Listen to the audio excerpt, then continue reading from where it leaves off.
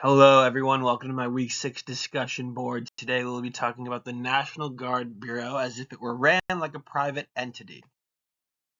Let's go to the next slide. Two major points we're going to look at today are the operational structure along with the reorganization that would be associated with that and organizational psychology, and then we'll wrap it all up together. Woodrow Wilson states that the maximization of effectiveness, efficiency, and economy is the ideal goal of management. Graham T. Allison goes on to say public companies are not worried about the bottom line, which is your expenses, your costs. And they're the same is said about profit. That's not the end goal of public companies. But for private companies, those two things are your biggest things that you worry about. How can we save money and how can we maximize profit? So I think that for the National Guard Bureau to really operate on this kind of model, we would need some geographic reorganization. So right now, all states have like the big three. They all have artillery, infantry, and engineers. But not every state has cyber, intelligence, and signal assets. So I think for this to work, for like logistics and for cost saving, for like repairs, training, etc., we would really need to look at where we can restructure our organizations and put those assets where they belong. So if it makes more sense to have all infantry assets in the South and all artillery in the Northwest, or however it be, we could save lots of money that way. And those who have been in the military know that we don't really care about those costs right now. We like, for example, our ammunition yearly, it's use it or lose it. If we are budgeted X amount of dollars for ammunition and we don't use it, we're going to lose it. Another thing that differs from the public and the private company is that private companies typically shuffle their executives so they can have a broader range of experience. Rosenblum talks about this.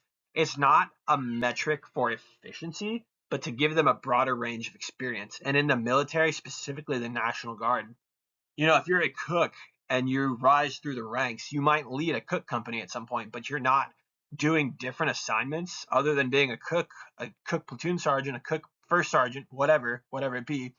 Your knowledge and breadth of experience is very, very minimum. I think one issue with the shuffling and with the geographic organization is that your talent pipeline is very limited. Another issue that comes around with the geographic organization is we would really need to look at how and where we put all these assets.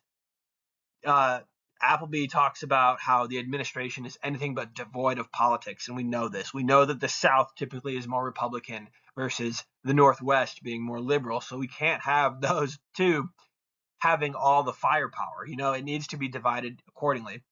Intergovernmental relations, as Wright talks about, we need to make sure those adjacent states are equipped with the right assets to not go to war with each other. We don't want a civil war, and I think if we structure out this to where it doesn't make sense, we could end up in a very bad space. When we look at federalism here, we need to look at how our funding allocation changes, because drastically each state is given their funding by the DoD based on the size of the state's unit. Two big things that I think need to change are functional specialization and integration. Max Weber's ideal type bureaucracy is functional specialization. Positions should be made strictly in the position of merit. And with McGregor's theory Y, with personal integration, the individual really has to align their own goals with the goals of the organization. When you're in the military, when you first get in, you take the ASVAB, you get your score, and then you get your job. And so you can later on change your job by testing again, but this is not like the private sector where I could get an entry-level job in like operations, and then I could take my own personal interests and branch off.